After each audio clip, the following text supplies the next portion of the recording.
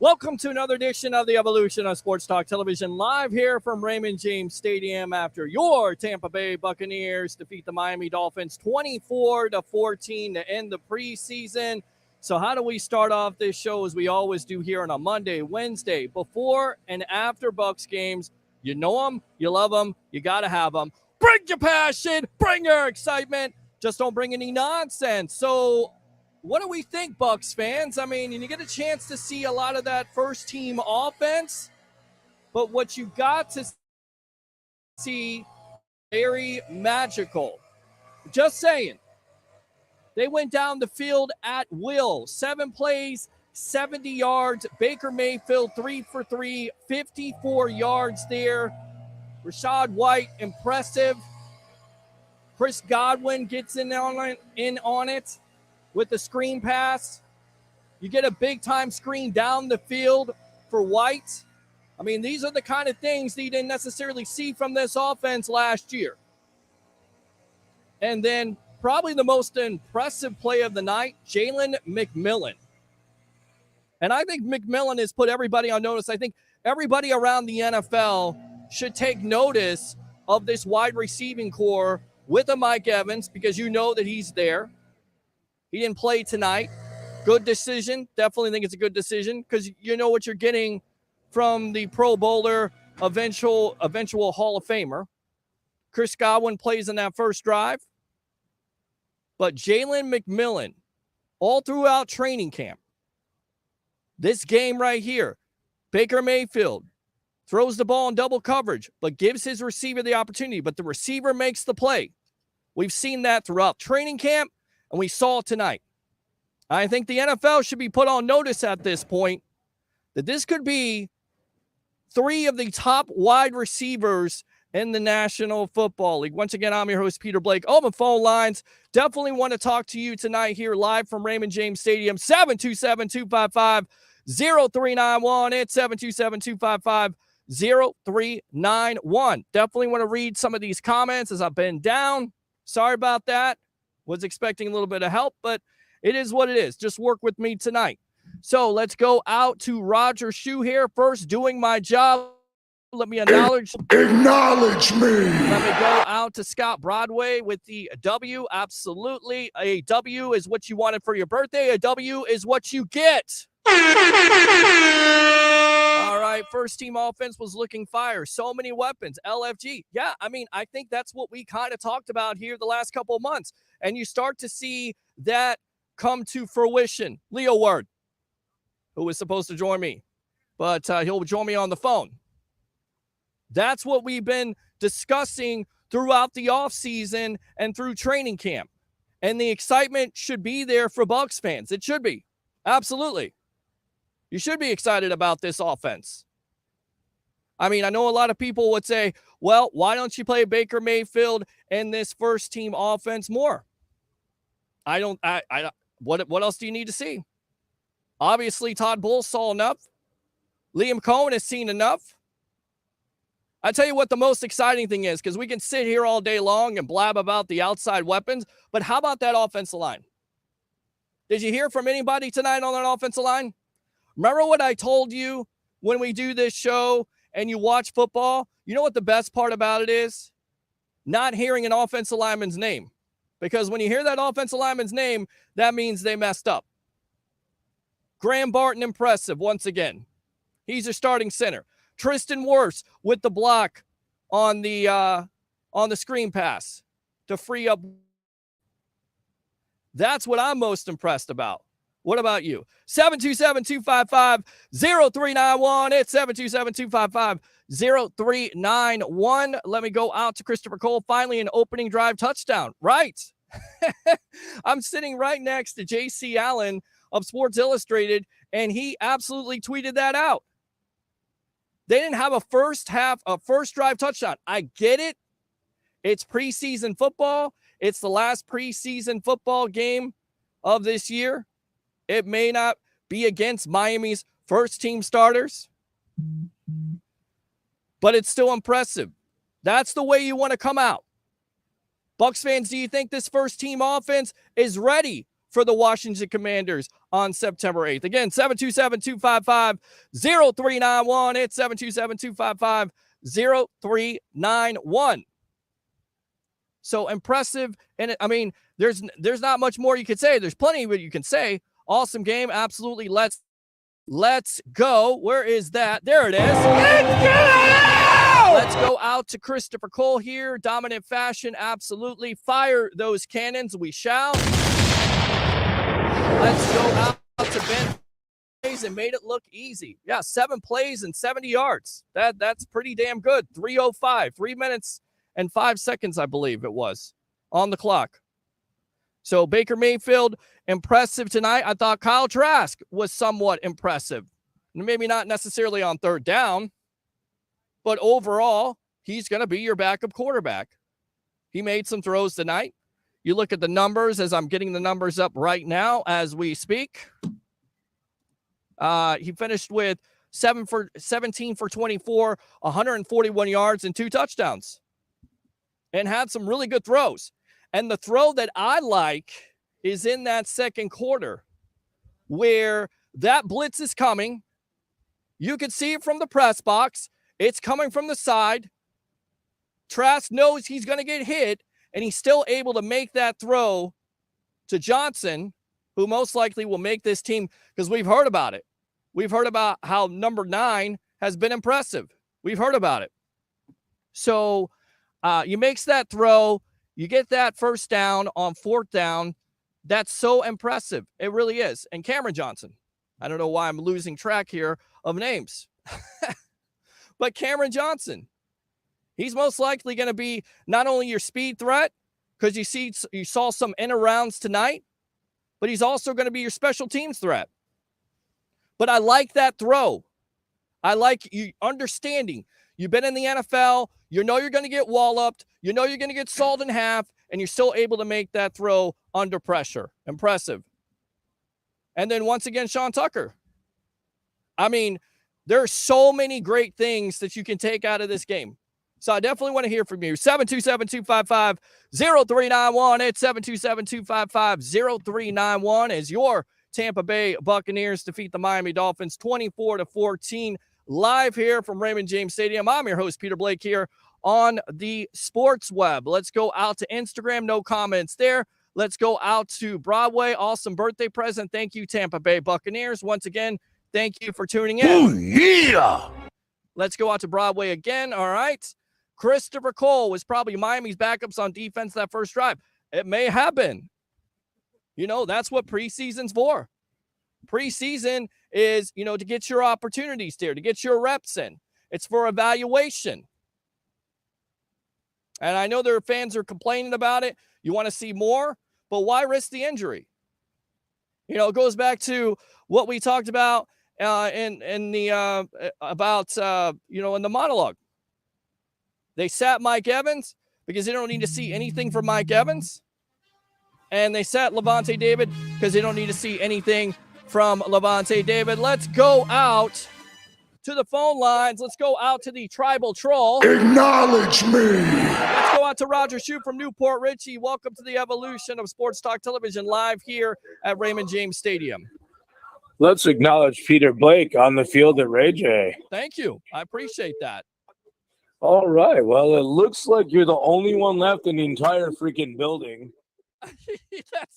That's true, because it usually takes me, like I said, I always tell, Bucs Nation, the web heads on this show, just be patient with me because, I got to set up this desk, got to set this up. It takes about 30 to 45 minutes. I've been with you on live shots. I know how long it takes to set up your stuff and tear it all down. It's insane. I'm telling you right now, the NFL people tonight that were on the sideline, thank you very much, because I was having such a difficult time to get this stupid desk on. And I finally got it on, but everything else has worked out fine. I sound good. You said I didn't have sound before. Of course, I didn't push the button for USB, so that happens sometimes. That's good job. Right, just a simple thing like that. Yes, it's live TV. It is. It's definitely live. Yes. So, what's on your mind tonight, Roger?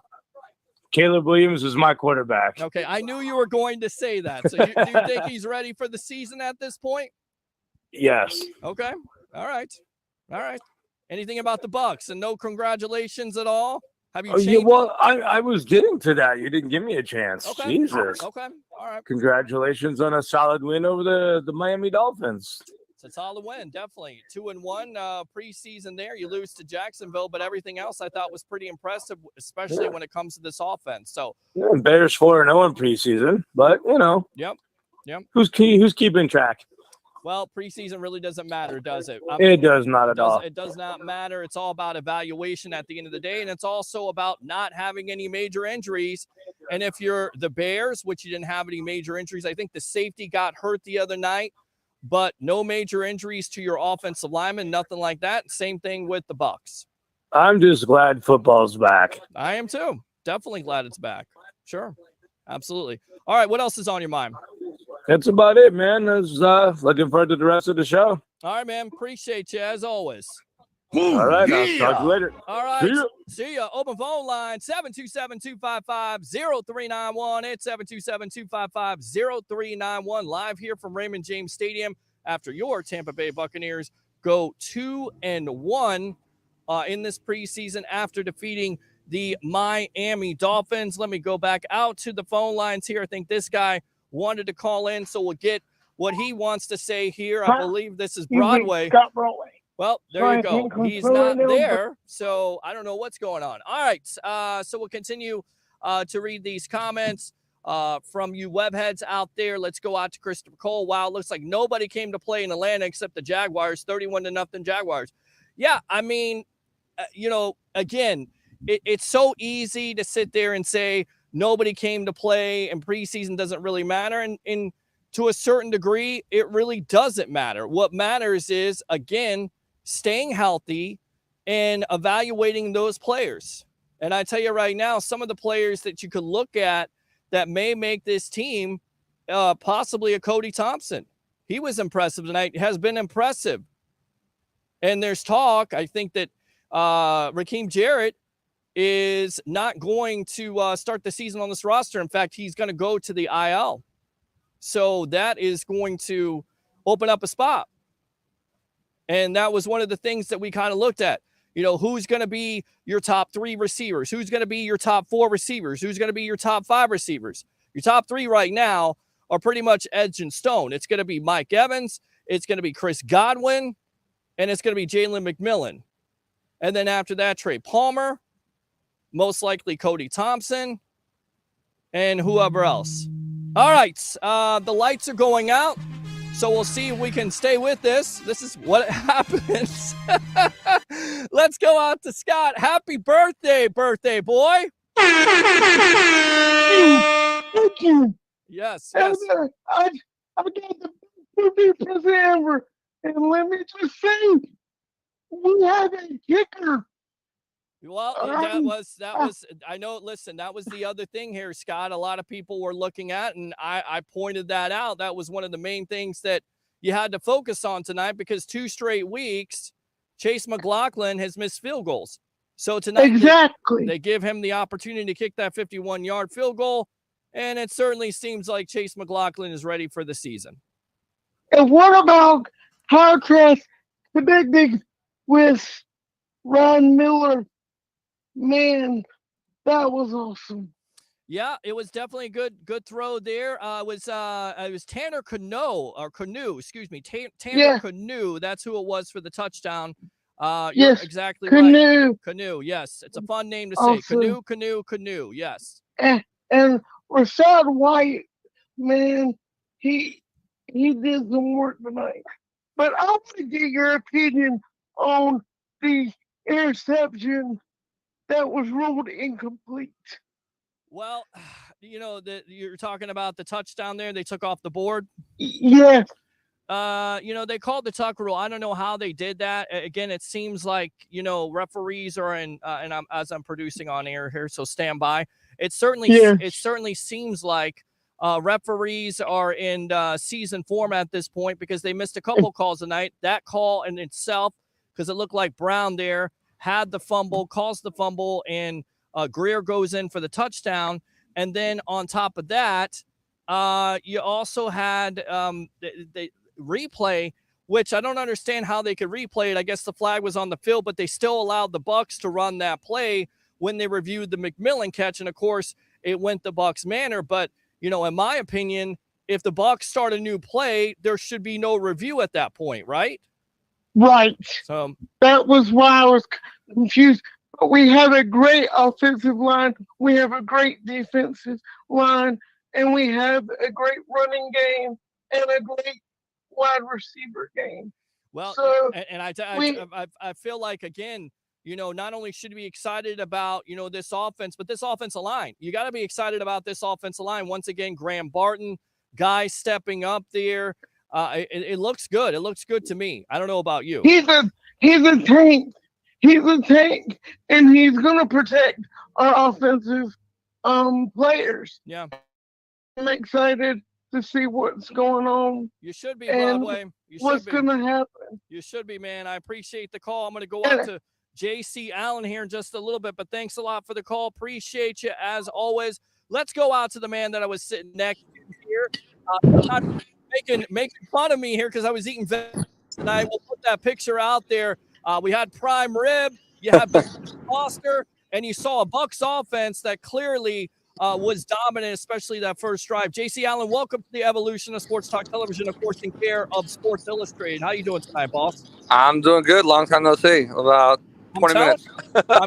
20 minutes ago, yeah. So give me your thoughts besides that first offense. You even talked about it. Kyle Trask missed some throws tonight, but overall as a backup, I like some of the throws that he made, especially on that blitz to Cam Johnson on that fourth down. He showed some strong throws tonight, especially with that offensive line giving him time. What's some other things that you saw besides Chase McLaughlin making his kicks? Well, yeah, I think, just to talk about that first offense, the biggest thing I wanted to see, okay, when they were in the three interior guys, you were getting good push and getting 4 yards per carry and 5 yards in big gains, and you saw that. You saw that with Shad White. Average 4 yards a carry. You saw Tristan get out and just smack somebody on his long screen pass that he took for 17 yards. So that was really encouraging to me. Jalen McMillan has won the number 3 position.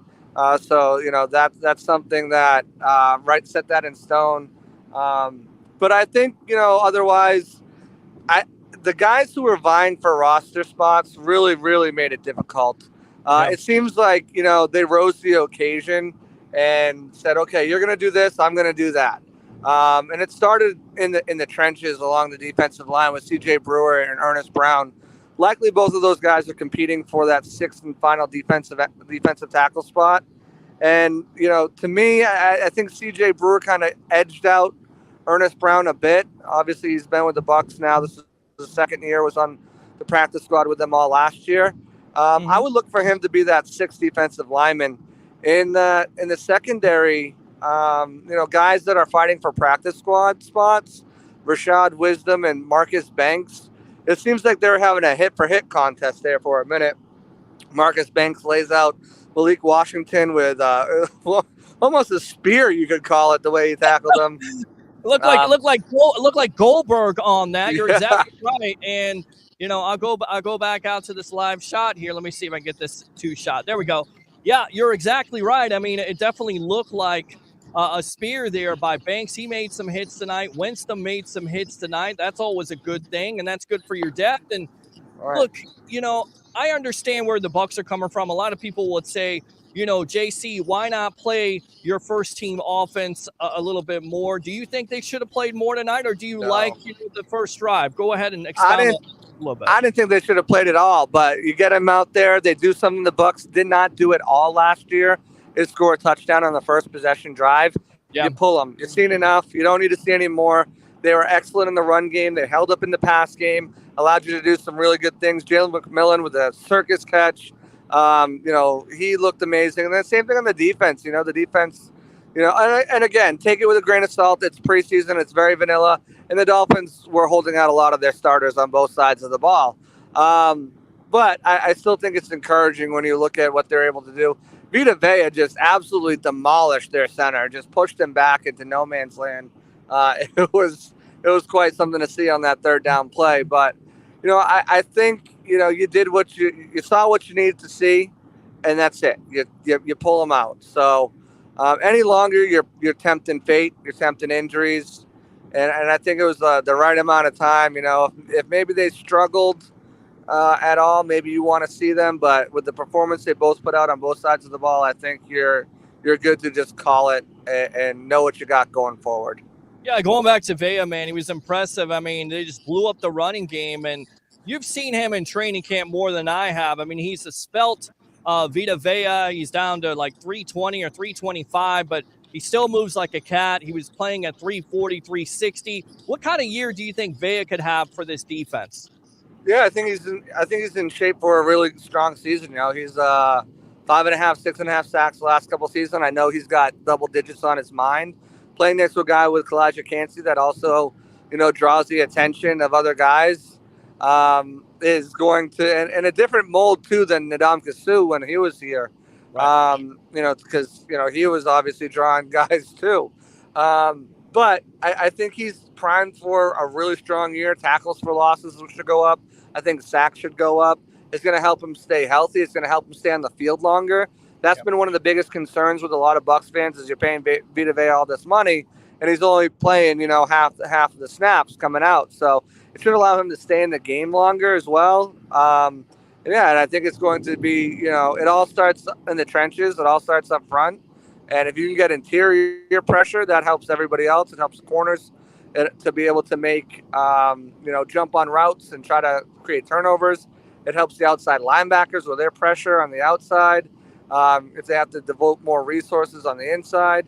And when you have two guys like Vita Vea and Cansey right there, it should free up a lot of things for the outside linebackers. And we saw some of them, kind of get to the quarterback and affect his passing in multiple ways with multiple players in there. So bowl scheme is always going to create opportunities for every player at every level to get to the quarterback. And we'll see that throughout the season, and having a Vita Vea the way he is, it only helps that.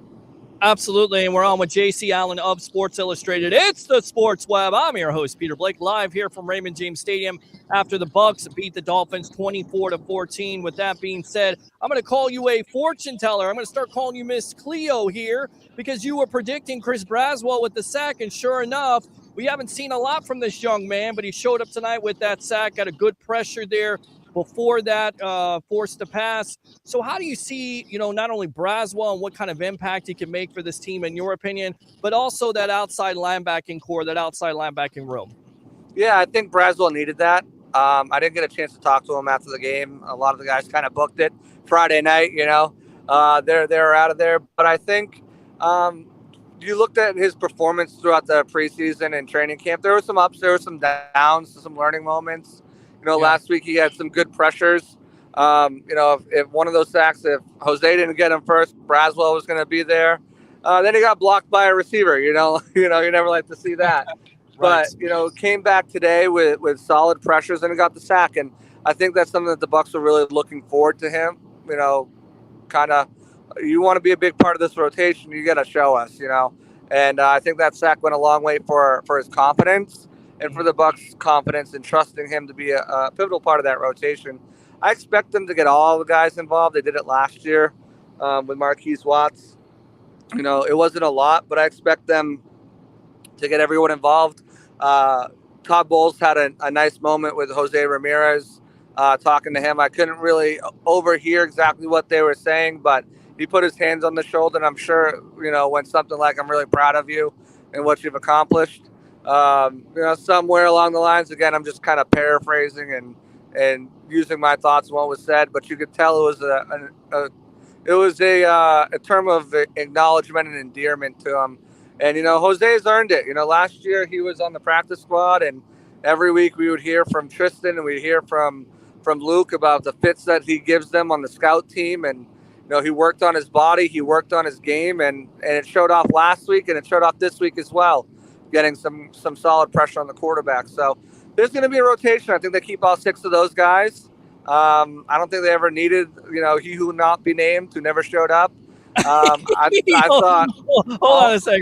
Hold on a sec here. Gregory. So I think, I think they'll be fine with that.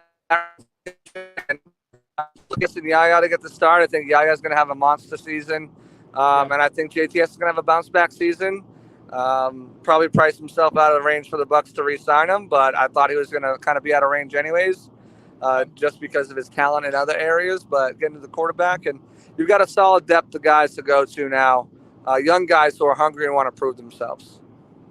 Yeah, no, absolutely. We're on with JC Allen of Sports Illustrated. You know, going back to it, there was a report tonight from television, from Channel 8, that Mike Evans actually turned down more money to go to the Rams and stay with the Bucs. And I'm thinking about this, the Rams and their history with the Bucs, you know, defeating them in 1979 in the NFC Championship. Sorry, Bucs fans. 99 in the NFC Championship, divisional round.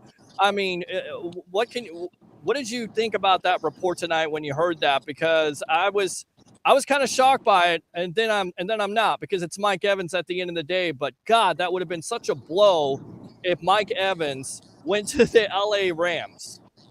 Yeah, I think it would have been a blow if he went anywhere, honestly. I mean, the Texans were interested there in a bit. The Chiefs were interested in a bit. The Jets were interested. And I think all three of those and four of those, including the Rams, would have offered Mike more money. But in the end of the day, you know, this wide receiver room, and I talked to Cam Johnson today after the game because Cody Thompson had a really nice block to spring his 12-yard end-around run that he had.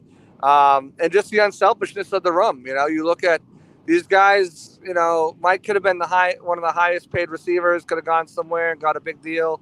And at the end of the day, you know, it's all about the camaraderie, the family, the room that they built. And they all trust each other, lean on each other, and they want to be there for each other. And at the end of the day, you know, Mike had the opportunity to finish his career potentially with one team, and I think that outweighed the more. And shout out to Ashley, his wife, for saying we should just stay in Tampa Bay, because I think otherwise those opportunities would have kind of been a little bit more realistic. So, you know, I look at this wide receiver room, and, you know, I think they've got, it starts with Mike and Chris, and then now you've got Jalen, who's going to fill that wide receiver 3 role. Trey Palmer will have a role on this team as well. And then I think you got Cam Johnson and Cody Thompson rounding that out. I think that's a pretty solid receiver room. You've got, you know, a little bit more size with Cody Thompson, 6'2", 207, you know, plays special teams, isn't afraid to block, you know, get his nose dirty, as we've seen through preseason, can catch the ball, make big catches, whether that's short, intermediate, or long ones. And then Cam Johnson is just this kind of gadget player where he can do a little bit of everything. You know, he's I think he's a upgraded Devin Tompkins, you know, as far as everything, size, you know, strength, weight, and just ability. So I think they've got themselves a really good wide receiver room going into the regular season. Rakim Jarrett probably starts the season on IR. Probably Tanner Canu makes that roster. Ryan Miller makes that practice squad. And then who knows with Sterling Shepard? I was thinking of baseball. It's IR. You're exactly right. Going back to that wide receiver, could you talk about Jarrett? And I thought that was, you know, one of those position battles that would be very interesting. You think Cody Thompson has made this team, but from what you've seen, what we know about Evans and Godwin, it's knock on wood, they could stay healthy. They're two of the top wide receivers in the league. But what you've seen from McMillan, in your opinion, should the NFL be on notice with those weapons right now? Because the Bucs could have 3 of the most talented wide receivers in the NFL. Are you ready to go there right now, JC? I think they're probably in the conversation. I don't think they're at the top of it, but I mean, you got to see what he can do in the regular season against starting units. We saw a little bit of joint practices, obviously not with the Dolphins, because they rest Jalen Ramsey and some of their other high-profile guys in that joint practice. But, you know, Jalen McMillan's been praised by everybody on that roster, from offense to defense to coaches to GM, scouting. Everywhere you look, everyone's got great things to say about Jalen McMillan. He's an old soul type of guy. He's very savvy. He's almost like a veteran in there. He knows how to find those spots in zone. He's proven that he can make tough catches in traffic. One of the biggest things, question marks, was about him was, you know, can he play through, you know, contact coming off the line of scrimmage and going over the middle of the field? And I think he's demonstrated that as well. So, you know, I don't know if I'd put them up there yet. I got to kind of see what he does in regular season, but I definitely think the Bucs got themselves a steal. If you're in a 14-team league, I think you should probably draft him. That's where I was trying to go. There you at go. some point. Now you knew the assignment. You understood the assignment. Right. So there you go, kids. I think fit somewhere around 50, 505 isn't out of the question for him at all. Okay. I think he's going to have a strong rookie season. I don't think he'll be like rookie of the year or top wideout, with some of these other guys who've been taken, but I think he'll have a really strong rookie season to build upon. And, potentially if, Chris is looking for money the Bucs don't want to pay, be a potential Chris Godwin replacement if he decides to leave in free agency next year or the Bucs don't bring him back. Biggest concern for you right now with this team on both sides of the ball, offensively first and then defensively, and then you talk about this offensive line because we've kind of talked about it. It's been impressive. It was impressive on that first drive tonight. I know we may be talking too much about it, but really, Graham Barton certainly seems like he could have that same type of impact as Tristan Wirfs. So first and foremost, first concern on the offense, and then first concern on the defense, and then talk about this offensive line. I think the offense is definitely just depth. I think you've got players everywhere. The offensive line I think is going to be much improved and it's going to be fine. Bredesen's probably the weak link, but when you've got the other guys on the offensive line, you can kind of make up, and he's going to be playing next to Wirfs and Barton, and I think he'll be fine. He's a very smart player. He's not super athletic, but he is strong, holds up to the point of the attack well, can anchor well. But like if you get injuries at tackle, if you get injury at tight end, if you get injuries, Mike Evans goes down, can you replace him with Trey Palmer in the aggregate? Depends how long. But I think depth is the biggest thing on offense. As far as defense, it's just like, health is a big one, especially at cornerback with Jamel Dean, Kenny, and Jordan Whitehead already nicked up and missing a lot of practice, Kayvon Merriweather. But I think it's just, how quickly can these guys mesh and how quickly can they get the communication down? Because Bulls defense is so intricate, and on one play your assignment could be this, but the very next play it's the same type of you're coming out of the same look, but your responsibility is this, and you have to be able to communicate and understand what everyone's doing. I think pressures, right? Getting to the quarterback is going to be big on the edge. They don't have a true number one guy. You're hoping Yaya can be that. You're hoping JTS can kind of get to that level, but getting after the quarterback on a consistent basis when you're rushing four, I think is still a primary concern. I think you have the pieces there, but we haven't seen it because Yaya went down so early and JTS was down with an injury, and so we haven't seen that yet. So that's what I really want to see out of that front, that front seven, specifically that front four, being able to get home consistently with four, so you're not leaving your cornerbacks on an island and forcing them to cover for extended periods of time. You're impacting the throws. And like I said, the offensive line, I'm not really worried about. I think they got good depth along the interior. Tackle spots, that makes me a little bit nervous. You got Schooley out already with an injury. So, I think the starting unit is going to be really good and have the ability to move the chains, move the ball. I can see them jumping from dead last to around 17th in the run game. I think they're going to give Baker plenty of attention. I'm not worried about the passing game. I think that's going to be fine. I think Mike hits us 1,000. I think Chris hits 1,000. Like I said, I think, between McMillan and Kate Otten, you probably get 1,000 there too. So I think the passing game is going to be, between Rashad White and Bucky Irving and the backs, probably, close to another 1,000 there. So I think, they're going to have a really strong passing game. And I think the running game is finally going to complement it, something that we haven't seen in a couple of years. So, all right, my friend, I appreciate the time. We're going to get out to TJ Reeves of the Buccaneer Radio Network really quick. Go ahead and promote yourself as always. I'm proud of you, man. I know you put out, what was it, like 4 or 5 years now you've been covering the Tampa Bay Buccaneers. But ladies and gentlemen, he started on the sports web right here, the evolution of sports talk television. So once again, JC, go ahead and promote yourself here on the web. Yeah, check out my Twitter first, JC Allen NFL on Twitter, X, whatever you're calling it. Check out all my work over at Bucs Game Day. I'm gonna have my 53-man roster prediction tomorrow, and my extra point takeaways from the game tomorrow out as well at some point. On top of that, I got a podcast, the Pirate Parlay podcast. We'll be live during the season almost every week. We'll have some special guests, some players, coaches, front office staff as well.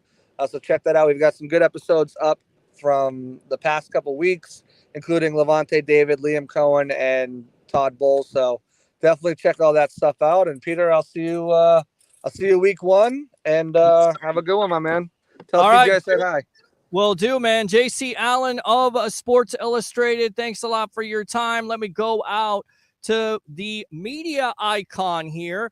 A legend in this business. He's done radio before. He works for the Tampa Bay Buccaneers and the Buccaneer Radio Network. The sideline guy himself, Mr. TJ Reeves, as I also call him, the human lottery ticket. Welcome to the evolution here late night on a Friday night after the Tampa Bay Buccaneers close out the preseason in winning fashion, 24-14. How you doing, TJ? And he's not there. TJ, are you there? I am trying. Hang on here. Yeah, I got you. I can hear you. You got me there on that? Okay. Can you hear me now on the drive home? I can hear you on the drive home, my friend, and I know you had all kinds of sights and sounds. I mean, give me your initial thoughts after the Tampa Bay Buccaneers close out the preseason, and I think it starts with the first drive, right? I mean, 7 plays, 70 yards. What is it, like 3 minutes in just dominating fashion? I understand the Dolphins may not be playing all their first teamers, but you got to say that was impressive considering that the Bucs all year long last year didn't have a first drive where they scored a touchdown. Yeah, it was good to see tonight. By the way, I'm concerned for you because I can see you, although I'm not looking constantly at the screen while driving. I'm not breaking traffic laws here. I'm concerned they're going to turn the lights out on you. So we can go for a few minutes, but I'm concerned for my man Peter Blake because I don't want you in darkness, brother, after this one is over tonight. You know me. I'll be out here all night long as long as they could keep the lights on. You know what? I probably should have brought my lights in the first place because I could stay out here all night long because this is just glorious territory at this point. You know, football is right around the corner. You get an opportunity. I got nowhere to go. I don't have to Uber. I got you. So let's talk about it. How impressive did All right, so back to that opening drive. I mean, with the understanding the Dolphins had reserve defensive players in, and it was a first unit Buck offensive line that was blocking in front of Mayfield, and Godwin's a starter, and Otten's a starter, and Rashad White's a starter. So I get that. But you still wanted some positive reinforcement, right? You wanted to see the first unit offense do some things, which they did, open up some holes for Rashad White, which they did, get something positive, which ends up being a touchdown, and then get out of there because you don't want to get anybody hurt.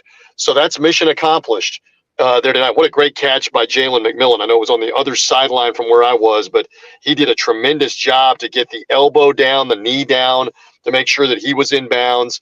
And so you saw briefly what you needed to see. I know Dave Moore was joking on the air. I think it was on the air. It might have been off the air. He said, if I could have played preseasons where I only played 5 or 7 plays, he goes, I'd have had a 22-year career if I could have played that little in the preseason, because they were always killing you in 2-a-days, and then you're playing parts or most of like 2 or 3 preseason games every year. So we didn't see a lot of the first team, but we saw enough to give us a good taste, and at least, you know, some game speed for the first unit offense and the first unit defense on the first couple drives of the game. Yeah, and I mean, I thought the most impressive thing defensively was the fact that they were strong against the run, and we know that Todd Bowles, you know, preaches the staple of this defense has to be against the run. You saw Vita Vea. He was a man among boys, and I got to tell you something. With all that weight loss, it looks like it's a good thing here, TJ, because it looked like he was faster at the point of attack. Is that what you saw there on the sideline? And he's gone. So he's gone there. So let me try to give him a call here. Let's try to do it this way. We'll try to do it the old-fashioned way here. I definitely want to hear from him because we lost him on the video there. But this is Evolution. This is the Sports Web. It's a live show. This is what we do. Sometimes, it doesn't necessarily work out. We lost you there, I guess. All right, wait a minute. Did you lose me there and now I'm on the phone? Is that what the issue is? You're on the phone now, my friend. All yes. right, my bad. I'm sorry because I'm driving and I'm actually going to pull in and stop. Okay. So forgive me, and for the fans, I'm driving home. I didn't get out there with you on the field. I actually came home. By the way, I dropped the Hall of Famer Gene Deckerhoff off at the hotel, and then I'm texting you. Are you still doing a show? You said yes, so I popped on. Anyway, you asked me about Vita Vea and Cansey. We didn't see a lot of them, but man, there's enough to get excited about, my friend. I mean, those two guys. Obviously, Vea is a Super Bowl champion at this point. And is a veteran and a leader, and Cansey is so explosive. Just keep them healthy, please, because if they're healthy, they're going to be a lot of fun disrupting up front and in the middle for the Buccaneer defense. Yeah, you're exactly right. And again, he was impressive. He's been impressive, everything that I've seen in training. Looking forward to seeing Cansey. I'm looking forward to seeing Yaya Diaby. And I think the encouraging thing tonight was we saw Jose Ramirez last week with 3 sacks. Tonight, we saw Chris Braswell kind of come out and show everybody the reason why the Bucs made him a second-round pick, right? And Todd Bowles said to me on Buccaneers radio after the game, I said, hey, he splashed and he made a sack tonight. What have you seen in his development? And he said tonight is the first night where he was playing with freedom, with speed, with confidence. That's the guy we drafted, the guy you saw tonight. And he was very encouraged at his development in game 3 of the game. Appears to be slowing down a little bit for him, where he is a little more confident and freer with, okay, I can explode off this block, or I know where my contain lane is. Those kind of things are important when you're playing on the end in the NFL.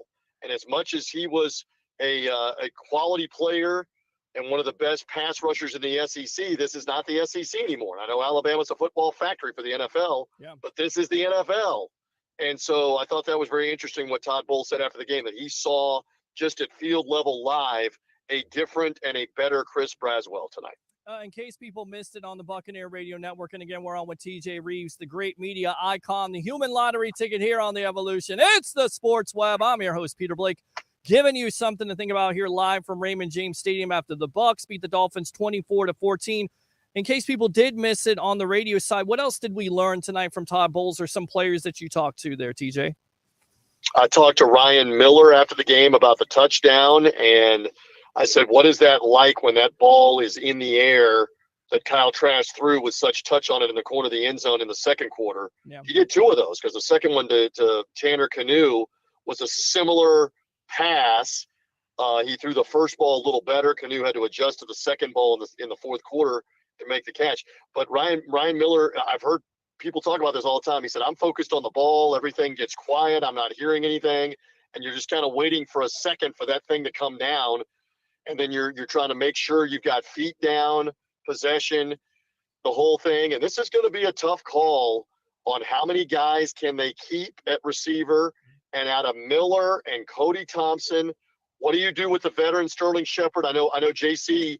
Allen was just on with you talking about injured reserve. The problem with that is you have to have those guys, from my understanding, you have to have those guys on the 53-man roster. So they have to be on the roster on the final cut down day, and then you can put them on injured reserve. Yeah. So you're going to otherwise they're gone for the season if they're on injured reserve, is my understanding, before the final cut down. It's because you can't protect guys, but from cut down day by doing that. So that's a real risk where a Cody Thompson, they love Cameron Johnson, this kid that they have found out of, Barton College. They love him too. So it's going to be interesting on how many of those guys can they keep, who ends up on the practice squad. It's quite a battle in the wide receiver room. We know that Evans, Godwin, Palmer, McMillan are safe. Who's the 5th guy? Is there a 6th guy on the active roster? And if that's 6 receivers, is that 1 less tight end? Is it 1 less defensive back because you're trying to keep a 6th receiver?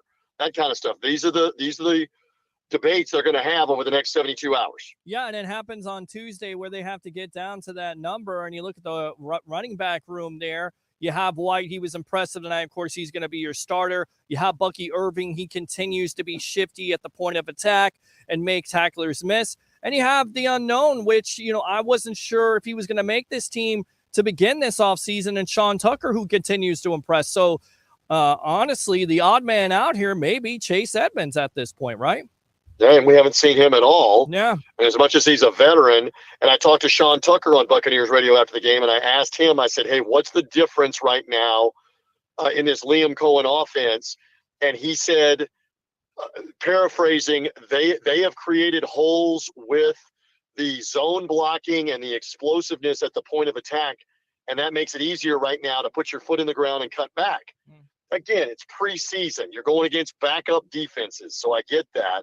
But at least right now, you're seeing some signs that this run game can really have some success. Not the biggest backs in the world, but man, is Bucky Irving explosive when he puts that foot in the ground, and he does not lose yardage. No. He's hitting people. He's falling forward. So there's a lot to be encouraged about with what the Bucs have at running back depth right now. And I, you talk about the screen game a little bit. You saw that tonight happen. You like seeing that. You haven't seen a lot of that from this offense the last couple of years, so it's great to see that. You've also seen the offensive line. You've been on the sideline before.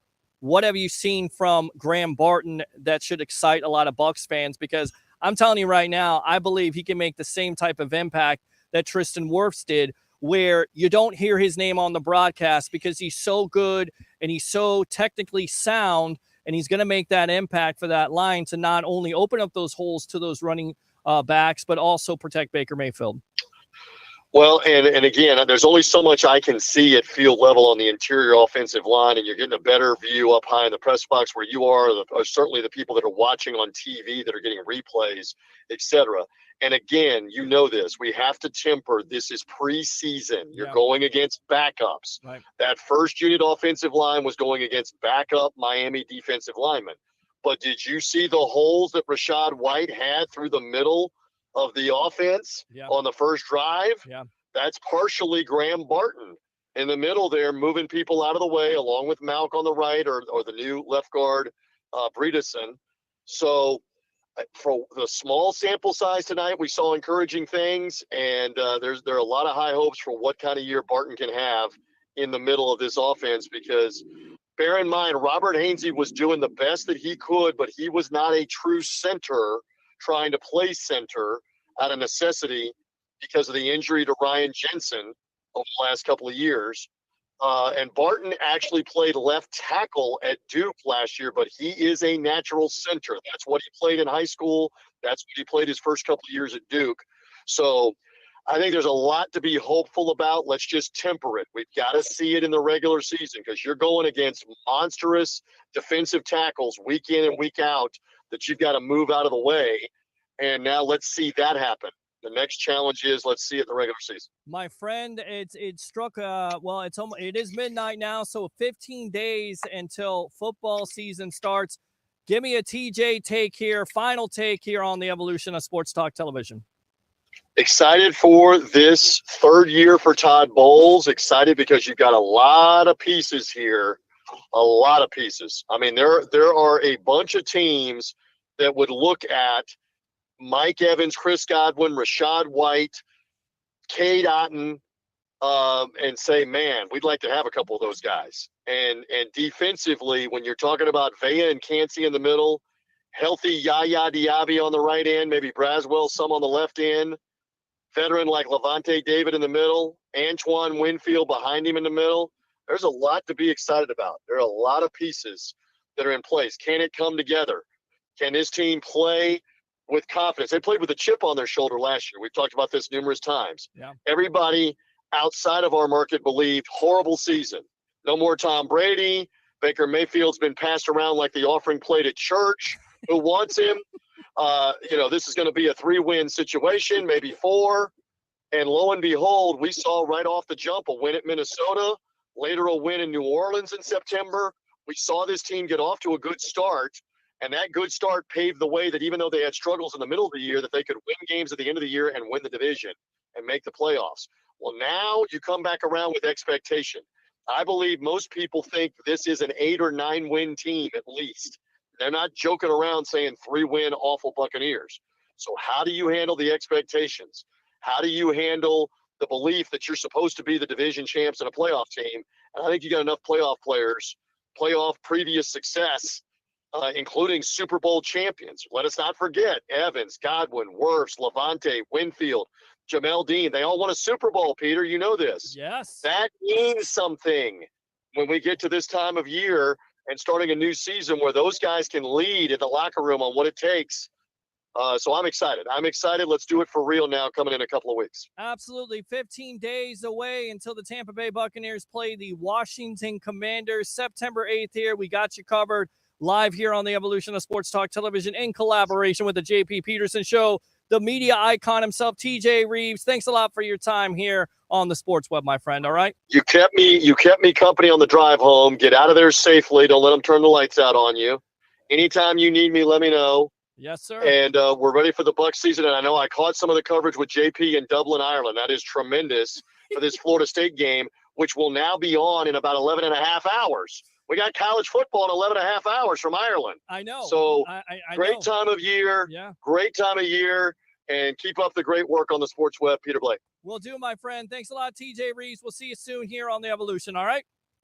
Yes, sir. All right, good stuff there. You're exactly right. Florida State. I mean, he said Florida State, so you know I got to play it.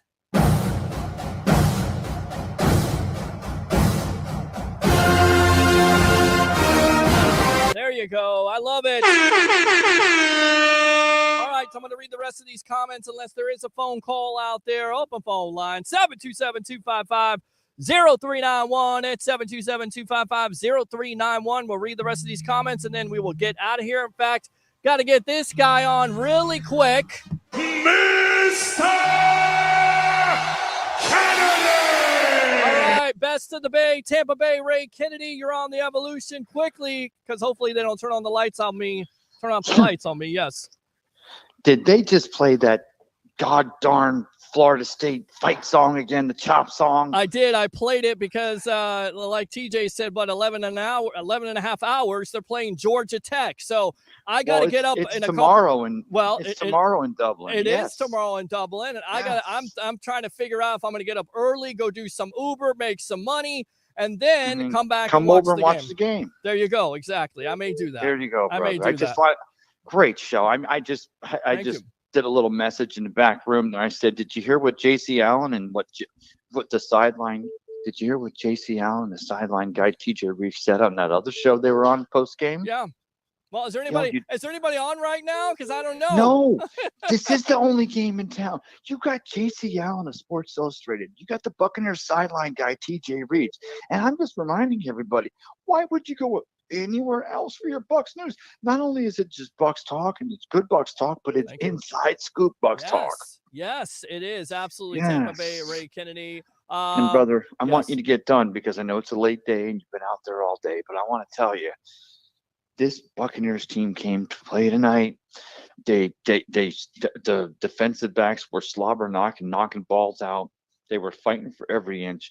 You know, you didn't know which guys were going to make this team. You didn't know which guys had a shot to, maybe make the practice squad. But what I know is that the 53 or the 90 players that went in there tonight, Todd Bowles had them ready to go out there and do their job. And that's all you can do. You don't know what Jaden Daniels does in 2 weeks. You don't know what not Ron Rivera, but you don't know how Dan Quinn has planned. That's all part of the script. Yeah. But man, the way this Buccaneers team played tonight, they locked it down. And there was not one thing that happened to me you look at and you go, oh, it just didn't happen. It was fantastic. And I'm so glad you're there to cover it for us because it's exciting. We got time to get ready for the first game. Jaden Daniels is coming in here, the big Jaden Daniels, talking about what he's doing now that he came to Washington, coming from LSU. And we had a chance to see him up close during the ReliaQuest Bowl last year because he was their dog, although he never played. He's a big guy.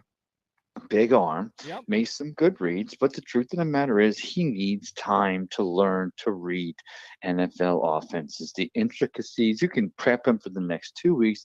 The intricacies change most all over the time. So That's going to be a good thing. I am a little worried about Jaden Daniels because he is a dog of a quarterback. I just don't think he's a dog of a quarterback to take them to where they want to be this year. But Peter, you and Leo, the way you guys locked it down, getting the interviews in here, this is all I ask for after a game like this. The inside scoop, the outside scoop. Who's hurt? Who's not? Who's looking good? Yes. And brother, you brought it through. You brought it through. Leo brought it through. And then our guy, our TJ Reeves brought it through. So thank you guys so much. Absolutely. Tampa Bay Ray, a great call as always. Get some sleep, and we'll see you soon here on the Evolution. All right, my friend?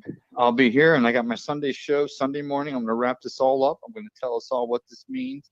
I'm going to tell them that, what happened here and the players and who's going to stay and who's going to go, and it's going to be a beautiful thing.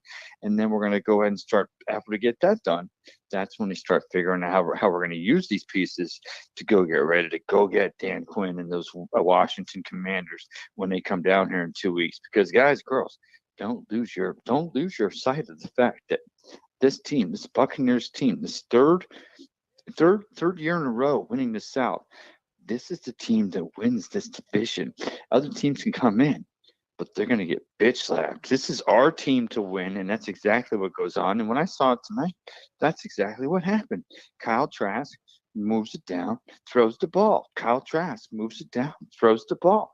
I mean, the running back, Tucker, runs the ball. And yeah, I like him, but the running back, CC, what was the running back we're talking about? Bucky Irving, Chase Edmonds. Chase Edmonds, yeah. We love Chase Edmonds in Minnesota or over at Buffalo. Chase Edmonds was a dog, but Chase, you're a dog, but we don't need that dog in this. Yeah. I think there's a lot of dogs in that room right now. Tampa Bay Ray, I'm going to wrap it up right there. Thanks a lot for the call, man. Appreciate you. As always, my friend. Oh, yeah. We'll see you soon, all right? Yeah, I'll see you tomorrow. I'll be over at your house getting in bed, putting my I'll see you tomorrow. What? Get out of here. Will you shut up and be quiet? I don't know what he's talking about. Let me go out to Curtis here. Curtis, welcome to the Evolution after the Bucs win 24-14 over the Dolphins. Your thoughts? God, how could you not love that offensive line? Yeah, I'm telling you. Yeah. It's great. It's very relieving. It looks good, man. It really does. And I think that's probably the most exciting thing that people should be impressed by is that offensive line at this point, because they are opening up those holes, just like TJ said, especially in the middle and interior part of that defense where White is finding those holes and finding those extra yards, which he didn't have because it was 2 to 3 yards in a cloud of dust. And now you see this offensive line, especially Barton at the point of attack. And then, on top of it, you still have Tristan Wirfs, you have Luke Haggerty, you have Peterson there at the left guard spot, you have Cody there at right guard. So I think the sky's the limit. And you got to remember, Tristan Wirfs is like the oldest person on the offensive line. Yes, and he's 25. Yeah, like these guys could be together for a long time. Sure, absolutely. And I mean, if we can keep Baker upright, he has shown us that he has the potential. I don't want to say an MVP candidate, but I mean, you don't know where this team's going to go. Yeah. As long as we limit the turnovers and we run the damn ball, I mean, our receivers are going to do their jobs. Correct.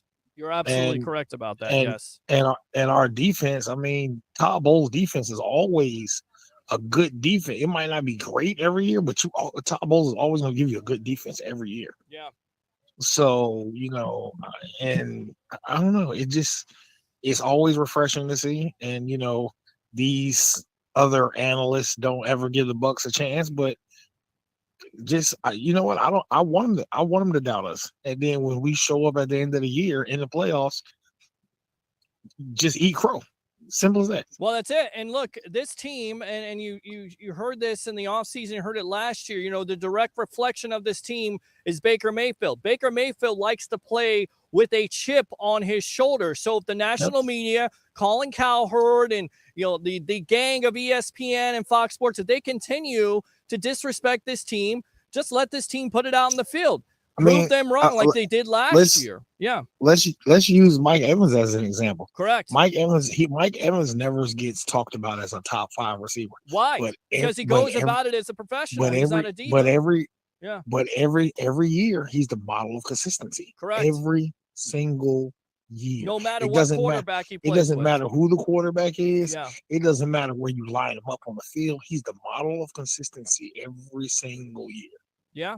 You're exactly right, And Curtis. and when Chris Godwin gets back to his form, oh my God, the sky's the limit. I mean, and I love Trey Palmer. I love McMillan. Like these, oh my God, this team has the potential to do great things. That's why I said 12 wins. You know, a lot of Yep. people say, you know, temper your expectation. Well, actually, I think I said 11 wins. 11 wins, 11-6. I'm going to go 11-6 with this team at this point. I definitely think they could do some big things, and it starts with that schedule, getting off to a good start, because you definitely have some tough games in there. You know, Washington, the unknown with a rookie quarterback. Then the second game, right? You know what? Go You to know what Detroit. makes me nervous about that guy? Right, Remember how RG3 first came out with Washington? right. That's what I feel like this kid is going to be. Very talented player. I feel like he's a better passer than RG3 was. Agree. Completely agree. Yeah. Yeah, I didn't even know that they traded their receiver to the Eagles. And I'm like, yeah, Jahan Dotson, I don't understand it at all. First round pick, and then gets traded for like, you know, a third? Round. I don't know why he fell out of favor. In the division? Yeah. That doesn't happen. That doesn't happen at all. That'd be like the Bucs trading Mike Evans to. I mean, they're like trading Chris Godwin to the Saints. Don't say that, because there was a report tonight that Mike Evans actually turned down more money to stay with Tampa Bay from the Rams. So can you imagine Mike Evans going to the Rams? Just dig that knife into my back and put it right through my heart, because the Rams, those son of a guns, with the history of the Bucs, defeating them in the 79 NFC Championship game, the 99 NFC Championship game. I'm sorry. And then also the division. God, there's a fly out here that won't just, he's relentless like the Rams are in that Bucs history. What was it? The 2021 division playoffs? Yeah. Thanks for reminding me. I know. Yeah. So. But I just listen. This is still a young team. Yes, very much so. We have a very good good balance of young and old on this team. Yeah. And I'm not gonna say old. I'm gonna say veterans. Agree. And the sky's the limit. I mean, it's all based on injuries and team chemistry. It always is. It is. It is, my friend. I'm gonna wrap it up there, because I'm gonna read the rest of these comments. I don't want them to turn out the lights. Again, I like to stay out here, but we'll definitely talk to you more here on the evolution of Sports Talk Television on Monday night at 9 o'clock. So keep on tuning in. And by the way, 15 days, my friend, until the NFL football season starts. All right. Yep. All right, brother. I'll see you later. Great call as always, Curtis there. Let me read the rest of these comments, and then we will get out of here for the night. Like I said, I would love to stay out here all night long. I just don't want to be the one that's in the dark. So let's go ahead and read those comments. Well, it looks like nobody came to play. Exactly. Damn it, Jim. I know I missed your call, so we'll have to get your call some other time. Damn it, Jim. What the hell's the matter with you? Good evening, Peter Blake, Sports Web. Thank you, sir, for chiming in. As always, the starters came out clean without injuries. Exactly. Let's go out to Steven here. Hell yeah. Let's go. Let's go. Let's go. Steven says, Peter, what do you think our record could be? Realistically, 11-6. Mark it down. I put my name on it. Peter Blake, the Rolex reporter, says 11-6 for your Tampa Bay Buccaneers. T24. Rob, impressive showing tonight from our rookies. Absolutely. Got you the link already. Christopher Cole Greer Jr. had a great night. He did. Michael, yes, great run defense tonight. Absolutely great comment. Oh, yeah. Let's go out to Christopher Cole. Vita manhandled that center. He did. Absolutely. Let's go out to Broadway. V is the man. You know I'm right. You're making me stay late. I'm ready for the season. Sick of this preseason crap. I agree with you.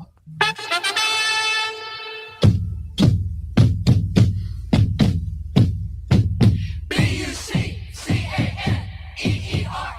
Go Bucs. All right, there we go. And of course we get this right here. Let's go! Thank you for tuning in on YouTube. Hey, Peter, you are right. A potential trade to the Rams is the worst possible outcome. I pity the fools that live in that universe. Agree. Oh, yeah. Let's go out to Scott. Jalen McMillan was good too. Absolutely. Cole, my CSB brother right there. No, Peter, you are right. Mike going to the Rams. Okay. Thank you very much for writing in. Cole, Tristan, bring on week 1. Offense is stacked. The team is on Baker's shoulders. We go as far as he takes us. I agree. Scott, my only concern right now, and I'll give you that. Oh, yeah. My only concern right now is injuries and the third down conversions. Absolutely. With this defense, we're going to see. Did that carry over from last year? Can that defense get off the field, especially when it's 3rd and 10, 3rd and 12, 3rd and 15, or 3rd and 17? You got to get off the field if you want to be one of the top defenses in the league, and we know that Todd Bowles wants that. Let me go out to Christopher Cole. I'm glad that Wirfs is fleet of foot because he almost got rolled up on a screenplay. Good stuff, Christopher. Thanks a lot for tuning in. Yeah. Yes, we did hear about that live here on the JP Peterson Show. JP's in Dublin. I'm your host, Peter Blake, giving you something to think about. Let's see. Fire the cannons. Absolutely, we're going to fire the cannons. You know I'm right. Laugh out loud. That song is so offensive to the natives. Shame on you, Pete. You better stop. Come on now. Don't say that. This guy sucks. Let's go out to Scott. Thank you very much for all the Sports Web members, all the web heads tonight. Thank you very much. I know exactly where we're going. NFC South champs, Super Bowl champs. I like it. Kaza, this is a great live stream. Thank you very much. Appreciate you as always. And remember, guys, what is the Sports Web exactly? Is it a TV show? Is it a radio show? It's both without the station. And we do this before Bucs games at tailgates because I'm going to set all this stuff up before the game and then after the game on the field until they kick me out. And eventually they're going to kick me out. So I got to get out of here. Thank you very much. Go ahead and like and subscribe. 12 and 5. Jim, I don't know what that is. And good night. Good night to you, Jim. Damn it, Jim, what the hell is the matter with you? Let's go out to Instagram. Let's see here. Too good to be true. Hey, Spider, thanks a lot for tuning in there on Instagram. Oh, yeah. All right, so how do we sum up the night? Your Tampa Bay Buccaneers finish out the preseason 24-14 over the Miami Dolphins. The first drive, very impressive. 3 for 3 for Baker Mayfield. Of course, they looked just unbelievable on that first drive. Does it carry over versus the Washington Commanders on September 8th? We got 15 days to find out. Like and subscribe to the Sports Web on YouTube. Friend me on Facebook. And do 3 things for me here on this late Friday night, Saturday morning. You know them. You love them. You got to have them. Bring your passion. Bring your excitement. Just don't bring any nonsense. I'm your host, Peter Blake, your Rolex reporter. What time is it? It's my time. And for fans of the Sports Web and the Tampa Bay sports fan, it's your time. As always, go Bucs. TikTok Bucs fans, 15 days away.